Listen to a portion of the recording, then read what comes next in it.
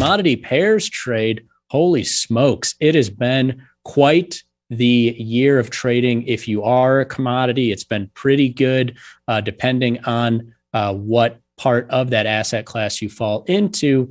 Now, here's it's kind of similar to equities, I would say, Mikey, and maybe you can, as someone who is pretty much primarily an equities trader, but you've been dabbling in, Forex and commodities and everything else. Correct me if you think differently.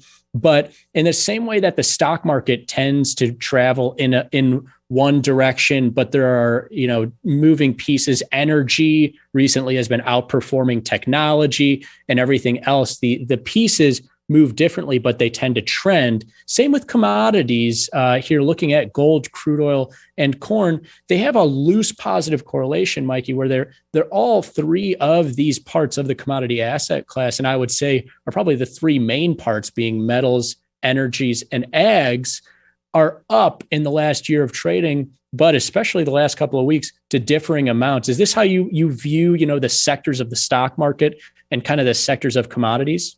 Yeah, totally. And I think with any product, even if it has a really high correlation to another, like 0. 0.7, 0.8, even 0.9, that still implies that there is a 10, 20, or 30% time where they're moving in different directions, or even just not moving together. Maybe one's flat and the other one's up, or one's flat, the other one's down. So I think when you look at this trend graph, you can see, okay, everything is pretty much moving up. But if you look closer, you can see there's plenty of days where one's up, one's down, one's flat, one's up, one's down.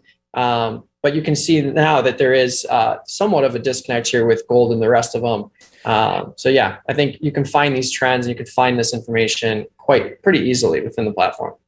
Yeah, I'm glad that you bring that up, because that's what we're gonna obviously zero in here in a second on the recent action. But you look at just the last year, and you've got the loose positive correlation that, of course, leaves the fact that it's not a positive one correlation leaves room for, like you say, breaking in direction, 20, 30% of the time. But you usually see the snap back, right? Like here, for instance, you see that orange line and at the end of 2021, crude oil starting to dip before metals actually dip, and then metals kind of follow suit. And so you'll get these short-term breaks, like I would say we're kind of in the middle of right now, especially metals and crude oil moving in. I mean, you'll get a lot of times, Mikey, the same direction, but just varying degrees. Like maybe, like for instance, right here in Feb and March, metals and crude oil both moving higher, but everybody knows crude oil was screaming way higher than metals was.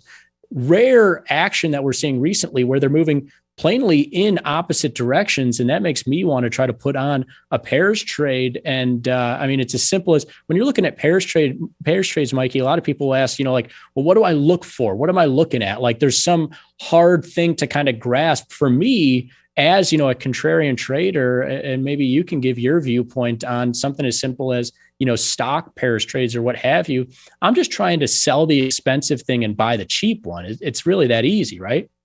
100%. And I think that is where the ability to place these trades lies. It's not in the fact of being like, okay, gold's up, crude's down, I'm just going to short gold. Like in the pairs trade sense, to really hedge a lot of that risk and really play the divergence of the relationship, you need to have both sides of those things. I think the easiest one that I can think of would be like the E-minis and the NASDAQ. There was a period of time where the NASDAQ was just screaming higher, way outperforming the E-minis. So what would be a pairs trade to see that relationship come into play? You don't know that the NASDAQ is going to come down. You don't know that the E-minis are going to rally up to where the NASDAQ is. But if you short the NASDAQ, get long the E-minis, and you're banking on the fact that the relationship will converge in one way or another, that can result in a profitable pairs trade, as opposed to just taking one side where you're being much more directional. Exactly. I love the way you put it, because we'll leave off with this, a couple of different ways to put on this pairs trade. Obviously, with metals getting hammered, I'm looking at longing the metals and shorting the crude oil market. You could do it as simple as short SMO, long spree. You see, that's the first option, but you can also tool around with the options on futures by selling a 68 spree put and a coinciding, for me at least, would be like 115, 116 CL call spread. But I love the way that you spoke about this, and we'll leave off with that idea, which is like, of course, I can just sell crude in this instance, or I can just buy metals. And let's say that the theoretical on either of those positions is 50-50. But given the price extreme, I think maybe it's like 55-45 or 60-40 in my favor.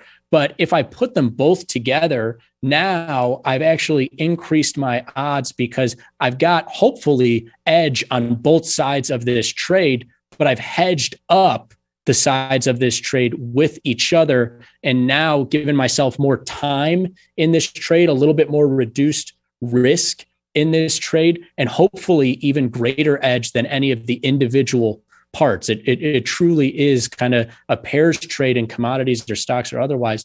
The sum of that trade, the probabilities being mashed together in something like we're looking at today, being greater than those individual parts. And that's what we're looking for in any pairs trade.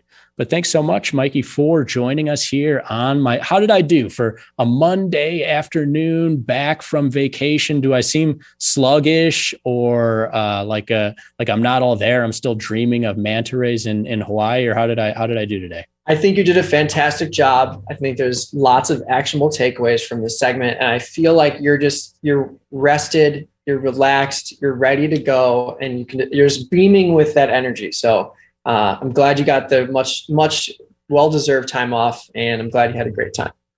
Absolutely the best. Mike Butler, everybody. Make sure you're following him on Twitter and checking out all the shows that he does here on the Tasty Trade Network. Gosh, always great to have you on here, my friend. But even better than Frank and Mike Butler, Splash into Futures is coming up next. You're going to want to hang around for that. Pete Momat, everybody. And I'm sure he's going to have a great guest on. So stick around, everybody, though. We will be back with small stakes tomorrow. Have a great day of trading. Peace.